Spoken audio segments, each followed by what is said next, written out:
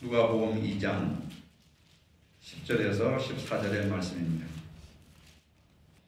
천사가 이르되 무서워하지 말라. 보라, 내가 온 백성에게 미칠 큰 기쁨의 좋은 소식을 너희에게 전하노라.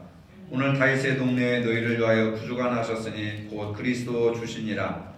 너희가 가서 강부에 쌓여 구유에 누워 있는 아기를 보리니 이것이 너희에게 표적이니라 하더니, 호련히 수많은 천군이 그 천사들과 함께 하나님을 찬송하여 이르되, 지극히 높은 곳에서는 하나님께 영광이요 땅에서는 하나님이 기뻐하시는 사람들 중에 평화로다 하니라. 아멘. 오늘은 성탄절입니다. 사람들은 기뻐하는데 교인들은 기뻐하지 않은 것 같습니다. 여러분들 얼굴을 좀 활짝 피시고, 우리 기독교 절기 중에서 부활절과 성탄절이 가장 기쁘고 복된 그러한 절기인데도 불구하고 마치 감기에 걸린 사람들처럼 얼굴이 찡그러져 있고 굳어 있고 잔치집에 오신 분들의 모습이 아닙니다. 여러분, 예수님의 성탄은 우리가 그 의미를 아무리 강조해도 그 은혜를 우리가 다 헤아릴 수가 없습니다. 온 인류를 구원하시기 위해서 이 땅에 예수님께서 태어나신 날이 어찌 기쁘지 않을 수가 있겠습니까? 하늘 보좌 영광의 자리를 내려놓으시고 낮고 천한 이 땅에 태어나신 예수님의 그 사랑과 희생과 은혜를 생각해 볼 수 있는 귀한 시간이 되시기를 바랍니다. 예수님의 탄생은 인류 역사 최대의 기적의 사건입니다. 예수님 탄생을 기점으로 해서 예수님 전의 역사와 예수님 이후의 역사로 인류의 역사는 달라지게 되었습니다. 예수님은 바로 인류 역사의 중심입니다. 교회 역사에서 예수님이 역사의 중심이라고 얘기하는 것이 아니라 인류 역사, 서양 역사가 예수님이 오시기 전 BC와 예수님이 태어난 이후 AD로 달라지는 겁니다. 세상 역사가 예수님을 기점으로 해서 주전과 주후로 나누는 것을 보면 예수님은 분명히 실존적인 인물이라고 하는 것을 알 수가 있습니다. 온 인류의 유일한 희망은 오직 예수님 한 분뿐이시라고 하는 것을 알 수가 있습니다. 예수님은 이 땅에 참된 평화를 위해서 오셨습니다. 성탄절을 맞이하면서 마음에 있는 미움과 아픔과 갈등과 원망과 불평이 있다면 이 시간에 다 내려놓으시고 사랑과 용서와 화해의 길로 나가시기를 바랍니다. 아멘. 예수님께서 이 땅에 오신 것은 바로 큰 기쁨의 좋은 소식이라고 했습니다. 누가복음 2장 10절에 천사가 이르되 무서워하지 말라. 보라, 온 백성에게 미칠 큰 기쁨의 좋은 소식을 너희에게 전하노라. 예수님 탄생은 온 백성에게 미칠 큰 기쁨의 좋은 소식이라고 했습니다. 하지만 우리가 살고 있는 현실에서 들려오는 소식은 우리를 절망케 하는 소식들입니다. 근심으로 가득 찬 소식들이 들려오고 있습니다. 아프리카 소말리아나 시리아의 끊임없는 내전, 이슬람 극단주의자들의 테러, 그로 인한 폭력과 살인과 기근과 또 기아로 해마다 수백만 명의 아이들이 굶주려 죽어가고 있습니다. 특히 소말리아 지역의 약 30%에 해당하는 사람들이 영양실조에 걸려서 굶어 죽어가고 있습니다.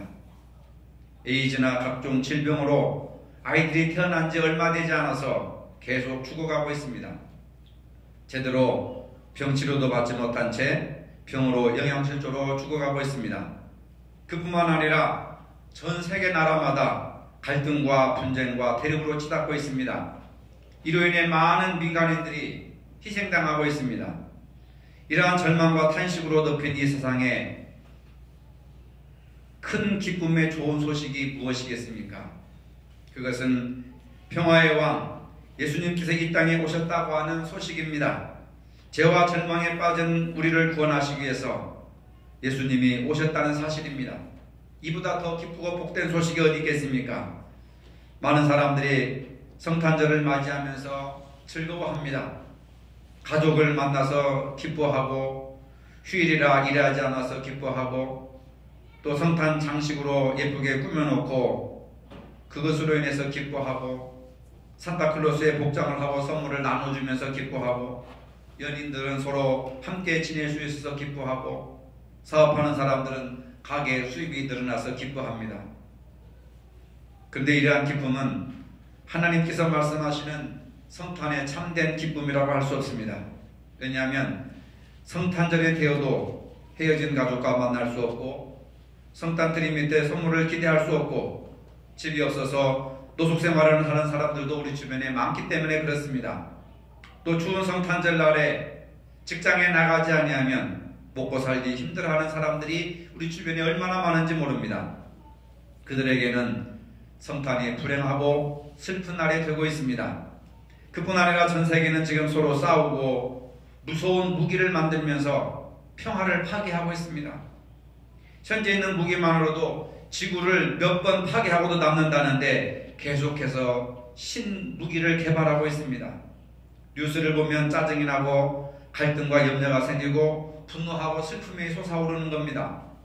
어렵게 일자리를 구해서 일하다가 사고로 목숨을 잃는 많은 젊은이들이 있습니다. 전부 다 비정규직입니다. 이 땅에 수십만의 젊은이들이 어렵게 일자리를 구하지 못하고 늘 불안해하고 있습니다. 희망이 사라지고 있습니다. 세계는 세계대로, 우리는 우리대로 평화가 없습니다. 평화를 잃어가고 있습니다. 이 슬픔 많은 삶 속에서 어떻게 해야 우리가 평화를 누리며 살아갈 수 있겠습니까? 어떻게 해야 예수님이 참된 평화를 이 땅에 주시기 위해서 오셨다고 자신있게 자랑스럽게 외칠 수가 있겠습니까? 빌립보서 4장 7절에 보니까 그리하면 모든 지각에 뛰어난 하나님의 평강이 그리스도 예수 안에서 너희 마음과 생각을 지키시리라 했습니다. 하나님의 평강은 하나님께서 우리에게 주시는 평화입니다. 이 평화는 모든 지각에 뛰어난 하나님의 평화라고 했습니다. 뛰어난이라고 하는 말은 뛰어넘는다라고 하는 말이고 초월한다고 하는 뜻입니다. 사람의 머리로 설명할 수도 이해할 수 없는, 사람의 지혜로 지각할 수 없는 새로운 세계의 평화를 바로 모든 지각에 뛰어난 하나님의 평강이라고 성경은 말하고 있습니다. 사람이 이해할 수 없는, 또 사람이 생각할 수 없는 뛰어나고 또는 초월적인 그런 평화를 하나님이 우리에게 주셨다고 하는 겁니다. 우리 인간의 상식으로는 이해할 수 없는 평화입니다. 세계가 이렇게 어려워지고 경제가 이렇게 어려워지고 재난이 많이 일어나고 자연이 파괴돼서 쓰나미와 지진과 기근들이 이렇게 일어나서 수백 명, 수천 명이 목숨을 앗아가는데 어찌 하나님이 이 세상을 돌보시는 평화가 있다고 할 수 있겠느냐? 할 수 있지요. 그러나 성경의 평화는 그러한 환경과 그러한 상식을 뛰어넘는 초월적인 평안을 우리에게 주신다고 말씀하셨습니다. 세상에는 폭풍이 일어나고 염려와 슬픔이, 고통이 많음에도 불구하고 설명할 수 없는, 인간의 두뇌로 지각할 수 없는 하나님의 평화를 우리 마음속에 경험할 수 있다고 하는 사실입니다. 예수님께서 폭풍 가운데서도 배 안에서 주무시고 계시는 그러한 참된 평화, 제자들로서는 이해할 수가 없습니다. 물에 빠져 죽을 위기에서 어떻게 예수님은 낮잠을 주무실 수 있는가? 제자들의 상식과 경험을 뛰어넘는 초월적인 평안이 예수님에게 있었기 때문에 예수님은 배 안에서도 주무실 수 있었습니다. 우리가 부르는 찬송가 가운데 평화 평화로다 하늘 위에서 내려오네. 평화는 이 땅에서 솟아나는 것이 아니라 하늘에서 내려오는 진정한 평화, 유엔이 줄 수 없는 평화, 세상이 줄 수 없는 평화, 나라와 인간이 줄 수 없는 평화, 돈이 줄 수 없는 평화, 명예와 권력이 줄 수 없는 평화, 하나님의 평화가 내 마음과 생각을 지켜주신다는 것이 하나님의 약속임을 믿으시기를 바랍니다. 우리는 이 평화를 누리며 살아야 하는 겁니다. 성탄절에 대해서 온 백성에게 미칠 큰 기쁨의 좋은 소식이라고 표현한 것과 더 나아가서 그 좋은 소식을 너희에게 전하노라라고 했습니다. 이것이 바로 복음입니다. 기쁜 소식, 바로 굿뉴스라고 하는 것입니다. 그 좋은 소식을 누구인가에게 전해야 하는 사람이 있어야 하는 겁니다.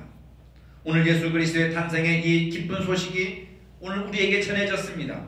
성탄절을 맞이하여서 먼저 여러분들에게 예수님의 탄생에 기쁨과 활력이 넘쳐나시기를 축복합니다. 아멘.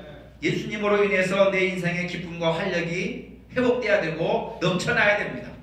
예수님은 생명을 살리기 위해서 오셨지 생명을 죽이기 위해서 오신 것이 아닙니다. 생명이 있는 사람들은 그 마음속에 기쁨과 활력이 넘치는 겁니다. 그런 다음에 오늘 본문 14절처럼 하늘에서는 하나님께서 영광을 받으시고 땅에서는 인간들에게 평화가 임하게 되는 겁니다. 이 기쁜 소식이 오늘날 우리에게 얼마나 절실한 소식입니까? 먹는 것, 마시는 것, 입을 것도 중요하지만은 그러나 우리가 평화롭게 살아간다고 하는 것, 우리 마음이 평화롭고 또 우리 가정이 평화롭고 교회가 평화롭고 사회와 국제 간의 관계, 온 인류 공동체가 하나님이 주시는 평화 가운데 살면은 이보다 더 큰 행복이 어디 있겠느냐 그 말입니다. 많은 사람들의 마음에 평안이 없고 기쁨이 없는 세상에서 이 말씀이 그리스도의 향기가 되면 주변 사람들에게 퍼져나가게 되는 겁니다. 우리가 예수 그리스도 안에서 하나님 안에서 성령 안에서 영원한 진리 안에서 보고 살아야 할 평화가 있고 기쁨이 있습니다. 세상에 온갖 풍랑이 부딪히고 고통과 슬픔과 죽음의 위협이 몰아친다 할지라도 예수 그리스도의 눈으로 하나님의 눈으로 하나님 안에서 이러한 사실들을 바라본다면 이 세상의 그 어떤 것도 우리에게 평화를 빼앗아갈 수가 없습니다. 사물을 밝게 볼 줄 아는 눈이 있어야 세상을 밝게 볼 수 있습니다. 마음이 청결해야 하나님의 뜻을 분별할 수가 있습니다. 그러면 주님이 주시는 평화를 위해서 우리가 어떤 마음을 가져야 합니까? 빌립보서 4장 5절에 말합니다. 너의 관용을 모든 사람에게 알게 하라. 주께서 가까우시니라. 이미 주님께서 우리에게 평화를 주셨는데 그 평화가 내 것이 되기 위해서는 관용하는 삶을 살아야 된다. 모든 사람들에게 관용하는 삶을 살아야 된다. 이 말은 뭐냐면 누구에게나 관대하라는 겁니다. 내 마음이 관대해야 평화가 깨어지지 않고 평화를 빼앗길 수가 없습니다. 너희 관용을 모든 사람에게 알게 하라. 주께서 가까우시니라. 인생의 끝이 가까우니 마음을 열고 사람들에게 관대하고 부드럽게 그리고 친절하게 살라. 그러면 마음속에 주님이 주시는 평화가 깃들게 될 것이다 라고 하는 겁니다. 관대하다라고 하는 마음은 마음을 열어라. 마음의 문을 열어라. 여러분 교회 와서 마음의 문을 활짝 여시기 바랍니다. 가정에서도 마음의 문을 활짝 여시기 바랍니다. 모든 사람들에게 마음의 문을 여시기를 바랍니다. 이게 관용이라고 하는 겁니다. 마음의 문을 열어야 됩니다. 근데 우리는 마음의 문을 닫고 그 속에서 웅크리고 숨어 나는 외롭습니다. 나는 친구가 없습니다. 나는 사람들이 나를 이렇게 왕따시키고 있습니다. 사람들이 나를 미워하고 싫어합니다. 하고 혼자 동굴 속에서 갇혀있는 사람들이 얼마나 많은지 모릅니다. 누가 내게 다가오기를 원하기 전에 여러분들이 스스로 마음의 문을 여시기를 바랍니다. 얼음은요 사람이 망치로 칼로 얼음을 깨뜨릴 수가 없습니다. 두껍게 온 얼음은요 망치나 칼로 깰 수가 없습니다. 그러면 어떻게 됩니까? 봄이 되면 따뜻한 햇살을 쐬면 대동강물도 녹아버리는 겁니다. 관용, 다른 사람들에 대한 마음의 문을 열 때 내 마음속에 있는 얼음덩어리가 스스로 녹아지는 것이지 강제로 강압적으로 힘으로 의지로 노력으로 평화로워지는 것은 절대로 아니다. 수많은 남자 여자가 결혼을 해서 사는데 우리가 마음에 드는 사람이 몇 명이나 있겠습니까? 그래서 콩깍지에 씌워가지고 당신밖에 없습니다 라고 사랑을 고백하고 결혼하는데 며칠 살다 보니까 내가 눈이 삐었지 어쩌다 이런 인간과 결혼을 했을까 하면서 후회를 합니다. 그러면 살 수 있나? 죽으나 사나 같이 살아야지 하고 포기하고 사는 사람들이 많이 있습니다. 지구상에 70억 인구가 내 마음과 같아야 한다면은 얼마나 불행한 삶을 살겠습니까? 내가 그 사람들에게 맞춰야지. 그 사람들이 70억의 인구가 내 마음에 들지 않는다고 늘 사람들에 대해서 불평하면은 얼마나 불행한 삶을 살 수밖에 없는가. 내 쪽에서 마음을 열어 다른 사람들에게 맞춰갈 때 평화가 있는 줄로 믿으시기를 바랍니다. 모두 내 마음에 맞게 행동하라. 고집 부리고 자기 주장만 하는 사람들에게는 불행할 수밖에 없습니다. 혼자만 불행하면 모르는데 주위 사람들도 불행하게 만들고 맙니다. 이제 우리는 마음을 열어야 합니다. 관대하게 마음을 열어서 하나님의 평화를 누리며 살아야 합니다. 바울은 계속하여 강조하기를 로마서 12장 18절에 할 수 있거든 모든 사람으로 더불어 평화하라. 할 수 있거든 모든 사람들과 더불어 평화하게 지내라. 그래야 내 마음속에 하나님이 주시는 참된 평화를 누릴 수가 있다 하는 겁니다. 로마서의 핵심은 믿음으로 구원받는다는 내용입니다. 비록 모든 사람들이 예수 그리스도를 통해서 구원받았지만은 구원받은 사람들에게 주어진 그 다음 단계는 뭐냐? 변화의 삶을 살아야 된다는 겁니다. 로마서 12장 2절에 너희는 이 세대를 본받지 말고 오직 마음을 새롭게 함으로 변화를 받아 하나님의 선하시고 기뻐하시고 온전하신 뜻이 무엇인지 분별하도록 하라. 전에는 세상의 유행과 풍조들을 따르며 살았습니다. 세상 사람들이 무엇을 입고 먹고 어떤 차를 몰고 어떤 아파트 평수에서 살아가는지 그런 것을 부럽게 생각했다고 한다면 이제는 믿음으로 구원받은 사람들은 그런 것을 부러워할 필요가 없는 겁니다. 이제는 하나님에게 민감해야 됩니다. 세상 사람들에게 민감한 것이 아니라 이웃 사람들에게 민감한 것이 아니라 하나님에게 민감해야 되는데 하나님은 뭘 원하실까? 하나님은 나에게 뭘 좋아하실까? 뭘 기뻐하실까? 예수님은 땅에 어떻게 사셨는가? 나는 어떻게 살아야 예수님을 기쁘시게 하고 예수님을 영화롭게 하고 내가 어떻게 해야 교회를 유입되게 하고 하나님의 영광을 위해서 살아갈 수 있을 것인가? 이런 것에 대한 관심을 가져야 된다는 겁니다. 이런 것에 대해서 민감한 자세를 가져야 된다는 겁니다. 구원받은 것으로 끝나는 것이 아닙니다.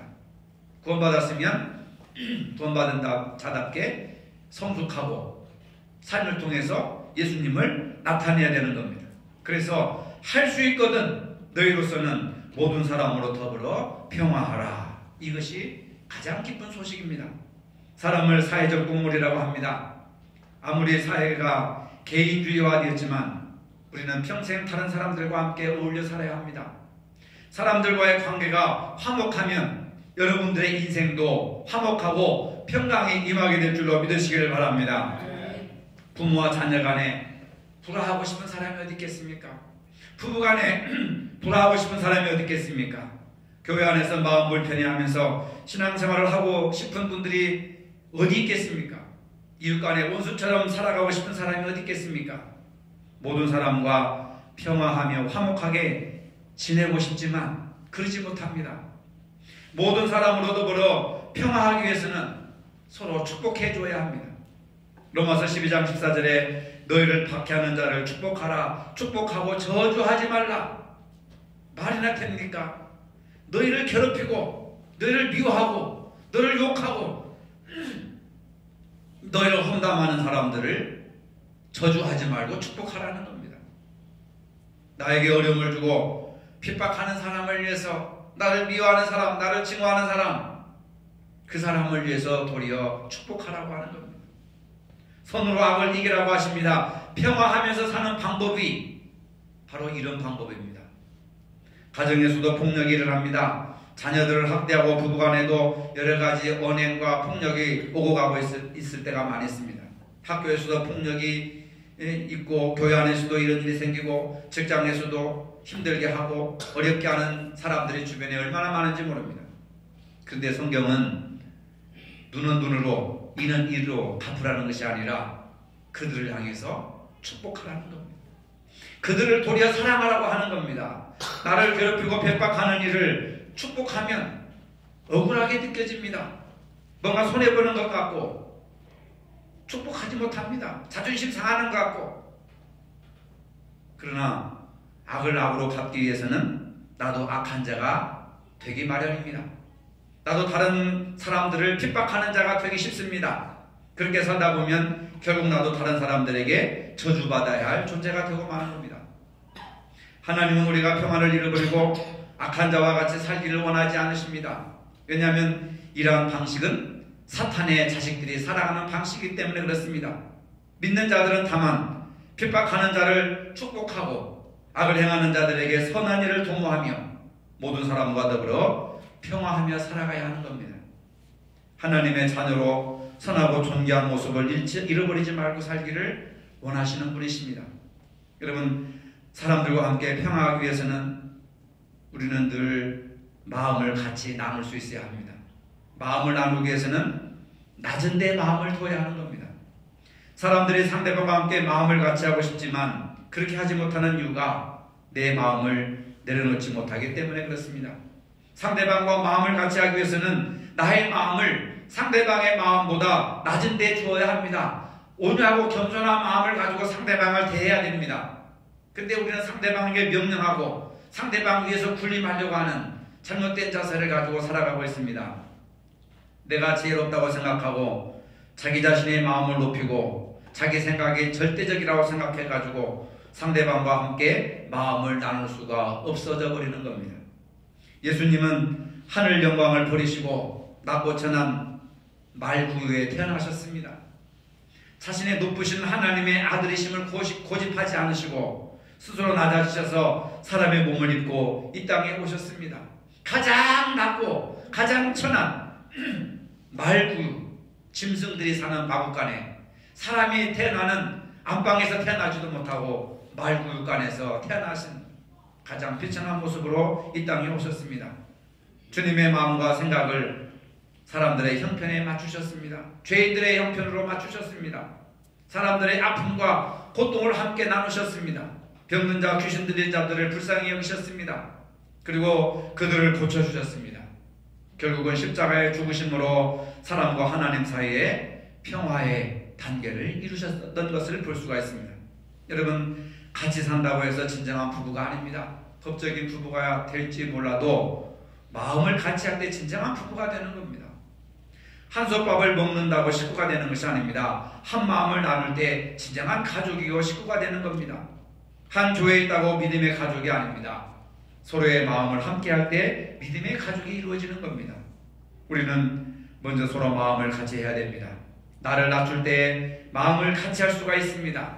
내 마음을 상대방보다 낮출 때 마음을 같이 할 수가 있습니다. 그럴 때 함께 즐거워할 수 있고 함께 울 수가 있습니다. 함께 기뻐하고 우는 가운데 하나님의 평화가 삶 속에서 스며들게 되는 겁니다. 하나님뿐만 아니라 이 땅의 모든 사람들의 평화를 원합니다. 근데 우리가 원하는 것은 미움과 다툼과 전쟁의 소식들이 더 많이 들려오고 있습니다. 하나님께서는 평화를 이루시게 한 방법으로 예수님을 보내주셨는데 이 땅은 아직도 평화롭지 못한 부분들이 얼마나 많은지 모릅니다. 우리가 모든 사람과 평화할 수 있는 방법은 세상적인 방법이 아닙니다. 예수님과 같이 나와 불화하는 사람들을 위해서 나를 죽일 수 있을 때, 내가 십자가에 못 박혀 죽을 때 나를 통해서 평화가 싹트기 시작하는 겁니다. 임마누엘의 하나님을 믿고 의지하면서 그 평화와 평안을 누려야 합니다. 사람들과의 평화를 깨려고 하는 악한 도전을 향해서는 믿음의 선한 싸움을 싸워야 합니다. 내 자신이 희생으로 진정한 평화를 이루게 됩니다. 오늘 기쁜 성탄절에 하나님과 이웃과 온전한 평화의 관계를 이루시고 삶 속에서 항상 평화를 드러낼 수 있는 저와 여러분이 되시기를 주님의 이름으로 간절히 바랍니다. 거룩하신 아버지, 흑암과 죽음의 땅에 참 생명과 평화를 주시려고 인간의 몸을 입으시고 오신 예수님의 탄생을 기쁨으로 맞이합니다.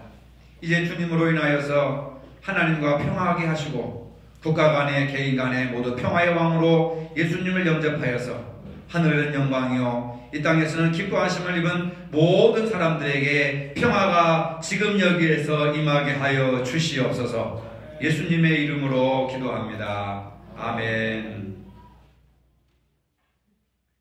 이제는 우리 주 예수 그리스도의 은혜와 하나님 아버지의 무한하신 사랑과 성령의 교통하심이 평화의 왕으로 오신 아기 예수님을 기쁨으로 영접하는 모든 성도들 머리 위에 이제로부터 영원토록 함께 하시기를 축원하옵나이다. 아멘.